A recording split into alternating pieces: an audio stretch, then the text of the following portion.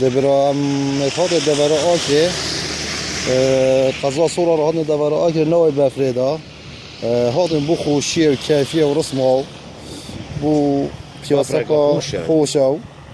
بو منطقة هاتن سماكي خوشي الدورة صورة هاتين را بفري ديك منطقة ببين سبياتي بفرد أو كم جرا وتيت بو خوشي أخو شكله